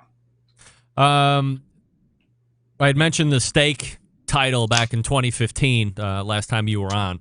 Also, you're active in the KCBS or barbecue competition scene, aside from the SCA. Where are you sitting at in just the thoughts of competition? You still real into it? Are you kind of in and out of it? Where are you at? To be honest, for me, like, I'm kind of not into it right now. Just because of what's happening? No, it actually has nothing to do with what's happening. It's because it's such a shit show of a crapshoot that, I think on the competitor side, it's very difficult, because everyone's doing a class nowadays. So all the recipes are out there. And if they're not, they will be in about 37 minutes.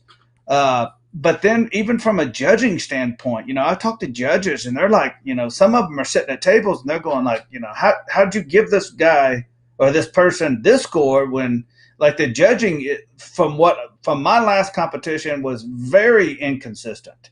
And I just think I sit there and I go, I'll be honest with you. Here's what I said to myself. This cost me about $1,500 to come do this bullshit. Yeah. If I spent $1,500 on YouTube videos and Facebook ads, how much more business could I get? Right. And I can drink beer at the house. So that's what I did. Is it a wait and see then for you? Like, you'll wait to hear back from other pit masters and stuff for the people that are out there to see if the judging is getting better, if you want to dip your foot in, or could you be out? I think for me, I still have my competition trailer. I still got my 1 ton that I pull it around with, and I'm still going to use it. Matter of fact, I just put a brand new Jambo on it probably 8 months ago. Nice. So I still will go out and compete, but for me, the guys that are cooking with me now, they know, like, hey man, if you have an expectation out of me that is something beyond pulling the trailer here and drinking beer, you're betting on the wrong dude. There you go. Because you could turn in, or I don't care if you turn in or if you don't. It doesn't matter to me. Kosmo is right here getting us up to speed. We got a couple new rib glazes coming out here shortly. We got a brine kit for your turkey day that is still available, but fleeting, so get on that during the course of the week if you want to see it in time to get your turkey brined. And you can do that at Kosmo's Q, letter Q at the end, KosmosQ.com. Kosmo, great to catch up with you. And let's do it again a little sooner than 5 years from now. Hey, man, you too, brother Greg, man. I miss you, man. All right, take care. There he is. Cosmo, right there, man. Love that guy. Great interview, telling it like it is. Perfect. And right on time. It's like the old days. Ted Conrad is in the green room from Fireboard Labs. We'll get to him here in just 1 second. I'll talk to you quickly about Southside Market and Barbecue. Established in 1882, Southside is the nation's oldest barbecue joint, owned and operated by the same family for 3 generations, offering premium Central Texas barbecue products, slow smoked over real wood, shipping, distributing, and manufacturing sausages for companies across the U.S. From food trucks to multi-chain restaurants, Southside Sausage can be on your menu as well. All meats are processed in their on-site USDA-inspected facility, a trusted partner when it comes to quality and authenticity. They're shipping nationwide via the FedEx, also through food service distribution channels like Sysco, U.S. Food, and Martin Foods. Co-packaging capable from research and development to package completion. They can follow your own personal recipe or help you develop something brand new from scratch. Private label opportunities are also available. How about private label? Yes. SouthsideMarket.com for more information. While you're there, loading up your online shopping cart. If you want to save 10% off, use promo code BBQ Central at checkout. All one word, lowercase, BBQ Central for 10% off your entire order at SouthsideMarket.com. Good on the sausage slammers, good on the hot guts, good on the cheddar hop, on everything, every time. BBQ Central, 10% off. We're back with Ted Conrad right after this. Stick around, we'll be right back. You're listening to the #1 most downloaded barbecue and grilling podcast anywhere. The BBQ Central Show.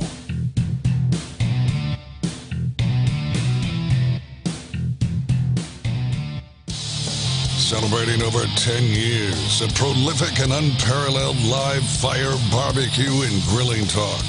And yes, it's still being done from Cleveland, Ohio.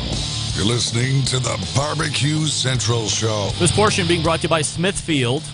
Throughout the rest of the year, you can get tips and tricks from World Championship pitmasters like Chris Lilly, Darren Worth, Ernest Cervantes, and Childs Cridlin.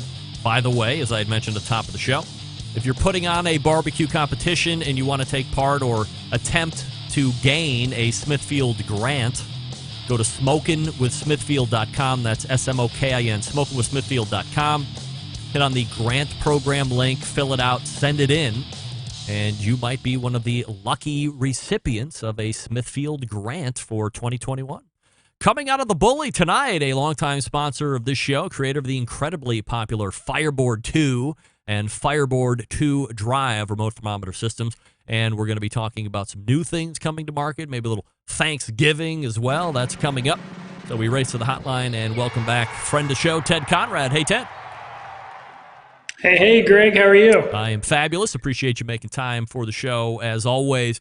You know, Ted, last time that you were on, we were, I don't know if we were promoting or maybe a little pre-promoting of the Fireboard 2 and the Fireboard 2 Drive products.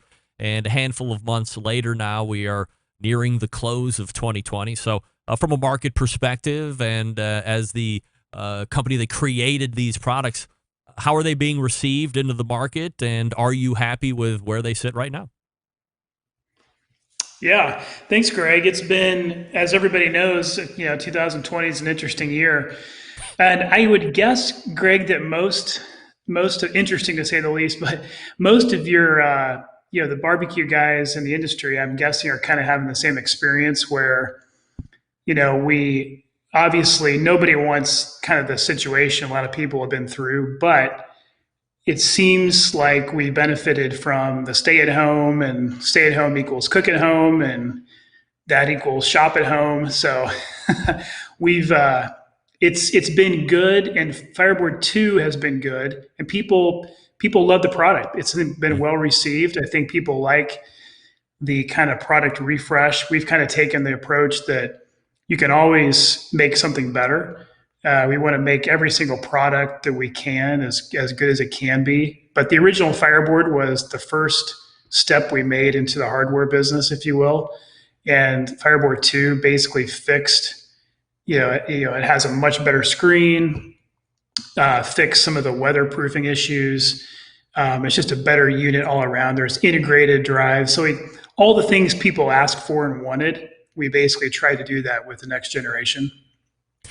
Ted, when you are mentioning that, I think everybody outside of a food service is really seeing, I mean, if you're in the live fire industry, you've seen an incredible boom. As I was talking to Darian Khosravi from Kosmo's Q before you jumped on, it's a point where what the conversations that I've had with some of the other people in the industry who are just having incredible years to the positive are saying, hey, it's so good, we got to kind of toss this year away. We can't look at it from a forecasting standpoint, this and that. Now, Cosmos Q said it over the last 6 years, he's grown 100% each year over the last 6 years. I don't think everybody else can claim that, but how are you looking at a forecasting perspective as 2020 closes and you look moving into first quarter of 2021? Yeah, I don't know, Greg. Do you have any suggestions? I don't know. It appears if you're not growing 100%, we're all doing something wrong. I don't know. Yeah. Yeah, I mean, forecasting is a really tricky part of this business, right? And especially in our situation, I mean, good grief. I'm here at the office here tonight, but the other, side of me, I could reposition the camera, but I mean, we have inventory sitting on the shelf and we're gearing up for, the Thanksgiving, Christmas, crazy holiday season. Yep. And then to your point, we're looking at next year, we're looking at, March, kind of looking at going into the busy barbecue spring season, trying to figure out, okay, what do we think about the projections, right? And it's tricky. I think our best shot is I think we're going to probably gear towards things are going to stay pretty strong, but I will probably expect there'll be some normalization, especially if I think people go back to work and I think the stay-at-home phenomenon kind of goes away a little bit. I think we'll probably ratchet back our projections a little bit. For us, the good news is being kind of just a relatively small private company, if we have extra inventory, it's obviously not a great thing to have that tied up sitting on our shelf, but we don't have like investors to report to, and we certainly don't have financials. We have to go explain things out to, stockholders, and we're not, not being a publicly traded company, we don't have those types of balance sheet issues.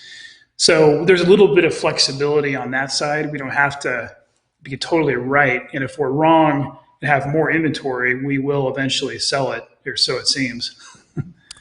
Do you think, just your own speculation, that because there has been a stretch of a lot of people staying at home for long periods of time, whether they've kind of reopened or not, I think we're probably in for some kind of a rescale back. I mean, in Ohio, the coronavirus is spreading. We had 6,500 new cases today alone. Hospital admissions doubled over and above whatever the norm was today alone. So it's really getting out of control here. So lead me to say that maybe the continuance of cooking at home continues. When things normalize and things start to get back to a normal business picture and people working the normal, do you think because they've had so long in the cooking phase that it is something that at least for a, majority, but a good percentage will stick and people will continue to do this and they will continue to be on the buy for things like this?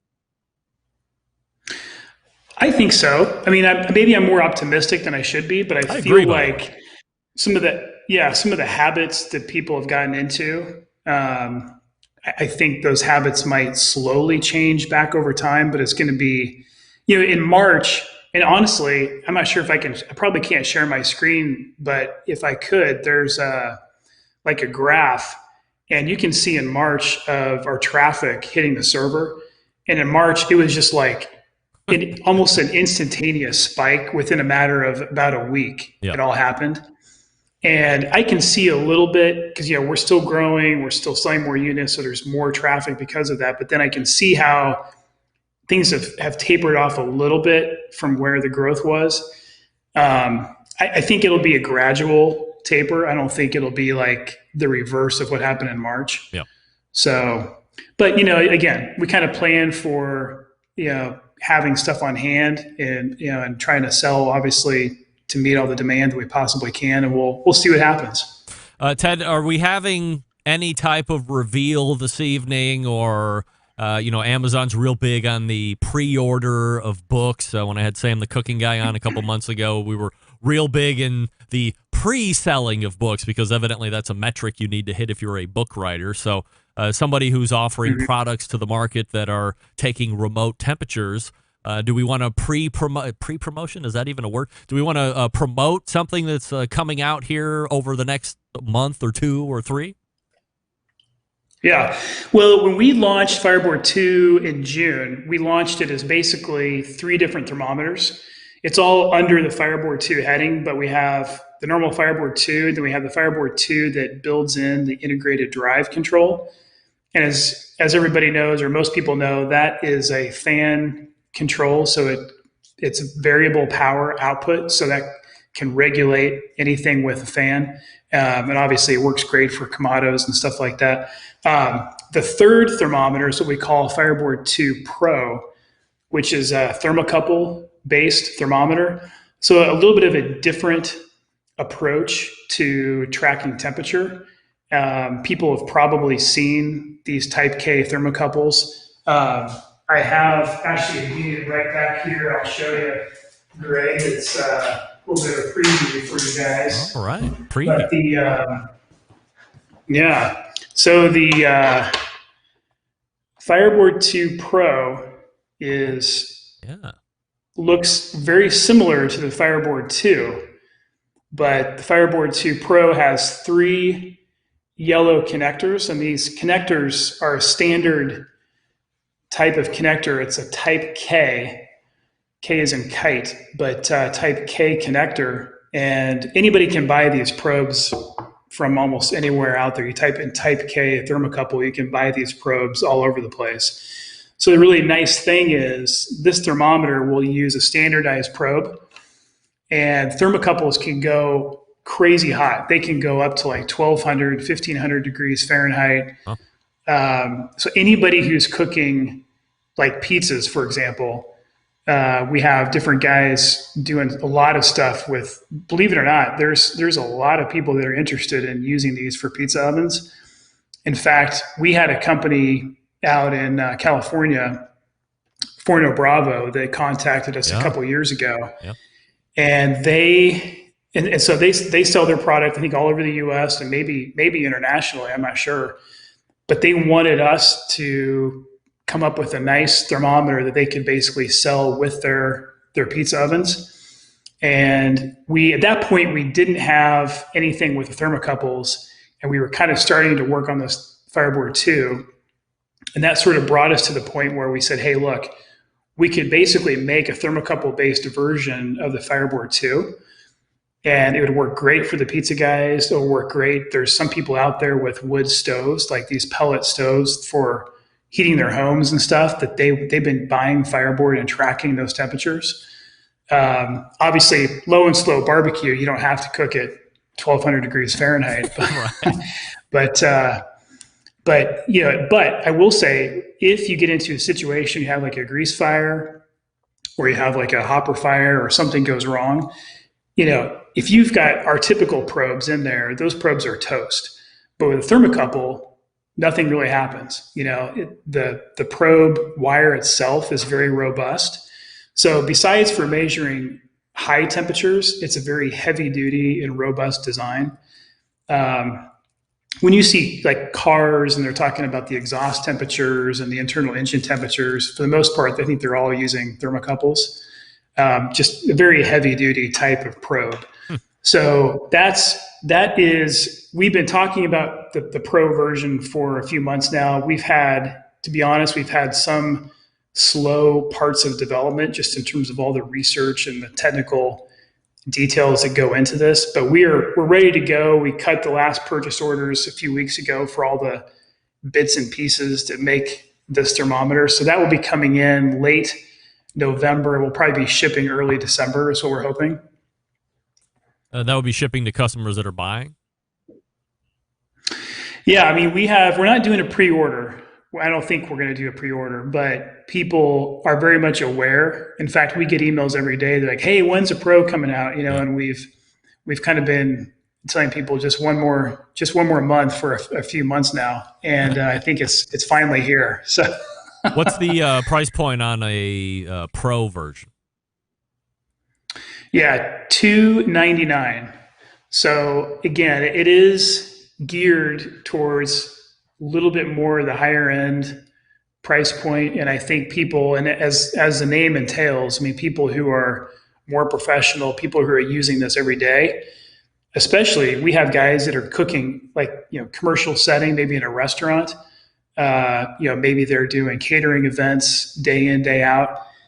If you're doing a ton of cooking and if you've got a lot of wear and tear in your probes, I would say this is a good device to use. The nice thing is, physically or mechanically, I guess I should say, I mean, it's a large connector, yeah, but this thing is not breaking off. It's a very solid connection. So you can drop this, you can throw this, and nothing is going to break. So it's a nice unit. And it looks like you're getting 3 probes instead of the traditional 6 that you would get with a normal Fireboard 2 or Fireboard 2 drive. Right. Yeah. And some people might say, well, that's one downside. There's only 3 on here instead of 6. I will tell you, there's probably going to be some sort of an accessory to address that in the near future that people could add on more probes. So that's always an option for people to add on probes. You can run. The other thing is you can actually run multiple Fireboards in your existing account, and if you look at your app, it would look just like you had 6 channels. So if people really, really need the extra channels, you can make that work. And again, from a consumer's perspective, I mean, if you're somebody that's not getting into the higher heat, this might be a little overkill for you, unless you're somebody that is more of a fan of, as you say, the robust builds of the thermocouple type setting. And you want something that can take a little bit more of a beating, or maybe you're a little bit more of an animal than the rest of us finesseful type folks with our electronics, then that's maybe more up your alley on the Pro side then. Yeah, and it really just comes down to just that. I mean, it's I'm trying to think of a good analogy, but a lot of people that drive these 4x4 SUVs don't go heavy off-roading very much, but they want the ability to get through the snow if they have, or an ice storm if there's one that pops up, And so I think it's the same analogy. I think people want a device that's well built, that's pretty heavy duty, and that'll handle stuff that's kind of dished out to them. And even if you look at the metal sheath or the lead wire that's on this thing, I mean, if you were to look inside of this, we've kind of dissected one of these, but it's a fiberglass insulation. And there's actually 2 layers of insulation inside this thing. It's kind of hard to see, but there's a stainless steel overbraid, and then there's a fiberglass insulation on top of that. And then each individual wire, there's 2 wires. Each of these wires has an additional fiberglass insulation. So, I mean, this is stuff that it's kind of like, I'll geek out on this stuff, right? Because I'm kind of a nerd like this, but that makes a difference. And it's much more expensive. I mean, our cost is obviously way more for these. Sure. That's why the end price point of the device is $299 instead of $249 or less than that. So I think for people who are really doing a lot of stuff and who want a device that's heavy duty, I think this is what you get. All right, and this could be shipping somewhere in the neighborhood of late November or early December, but keep checking over at fireboard.com and get the latest from Ted and the gang over there. Ted, doing anything special for Thanksgiving? You a pretty iconic guy, or you change it up? Yeah. You know what's funny, Greg? I joke with Steven, my business partner, but Thanksgiving holidays for us have evolved. And not to say that they're not enjoyable, because we still enjoy Thanksgiving, but the traffic to our site, the Fireboard cloud, if you will, is about 10x, between 10 and 15x a normal weekend. Yeah. And so to handle that traffic, we've done a lot of work to handle that traffic correctly and to do the right things on the technology back end. But it's not exactly the same type of holiday. Everybody's cutting the turkey and sitting down and relaxing, and we're sitting there staring at the graphs and the metrics on the server, trying to make sure everything's on track. And we're at this point in the game, we're pretty well along with that. But every year that goes by, we keep on growing, and so it's a moving target. So yeah, we'll be, hopefully it'll be a nice Thanksgiving holiday, but we'll be kind of keeping an eye on things, make sure everybody else's cook is on track. All right. So we're going to appreciate that in advance, and hopefully you can enjoy whatever Thanksgiving you get to have. And of course, we thank you for your continued support of this show. And we'll talk to you again soon. If anything else breaks news-wise, obviously, feel free to get to me, and we will disseminate it out as you see fit. Sounds good, Greg. Have a great night. Good to talk to you. There he is, Ted Conrad from Fireboard. Always enjoy the chat with Ted, getting the latest and greatest over at Fireboard. And if you don't have one, I'm telling you, man, it is one of the coolest remote thermometer controls that are out there. Holding aside this whole thermocouple situation, which I know for you guys that are really into that because you love the robustness of stuff, you're just not even worried about $299 on the price point, because the robust build is where you want it. Hey, let me talk to you quickly about Green Mountain Grills, a hugely wonderful source for pellet cookers. You got a choice line, which is the original line that they had introduced any number of years ago. 3 different sizes, 2 different sizes, I guess. Jim Bowie, Daniel Boone. They do have the travel size, Davy Crockett, but that's its own hold-off. Now they have a Prime line and a Prime line Plus as well. So if you want tech, this is how I break it down. If you want some tech, Prime Plus, those are the versions you want. You want to save a couple $100 depending on what size you're going to get the choice line. They cook great. The Daniel Boone and the Jim Bowie both accommodate the pizza oven insert, which is something you want to get regardless of whatever model that you ultimately put on the deck or the patio. And boy, are they a breeze to use. Great stuff. Go to greenmountaingrills.com. That's greenmountaingrills.com. They have accessories. They have pellets you can buy. They have a dealer network that you have to buy the grills from. So search those, see what's near to you.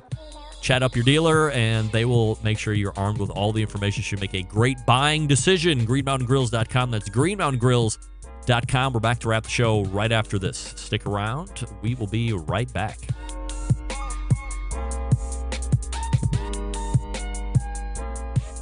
Whole packers, full racks, legs and thighs, injecting butts. If you've never heard this before, you might think you found the best XXX show ever.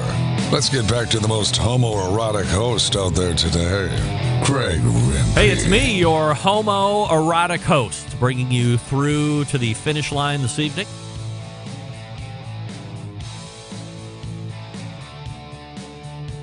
Sam the Cooking Guy's new book, if you pre-ordered it, should be hitting your doorsteps as early as today.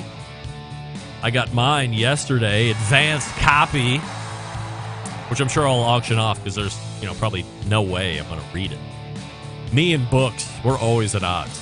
Actually, I was looking through it. I'm pretty hyped. Intentional leftovers, not international leftovers, like I had mistakenly mentioned it a number of months ago when we were pre-promoting it. All the way back in the first hour, we talked with Meathead from meatheadsamangingribs.com. Thanksgiving talk. He's bringing rubs and sauces to market next year, believe it or not. Second hour, Cosmo's Q's Darian Khosravi, Cosmos Q with a Q at the end, cosmosq.com. And we closed it out with Ted Conrad from Fireboard.com, a new thermocouple, Fireboard 2 Pro. You want it. Big show planned for you next week. How about this? Rodney Scott will be making his appearance into the show. Yeah, Rodney Scott. September 11th, 2001, I will never forget. Until next Tuesday at 9 p.m. Eastern, your program host and proud U.S. American, Greg Rempe, good night now.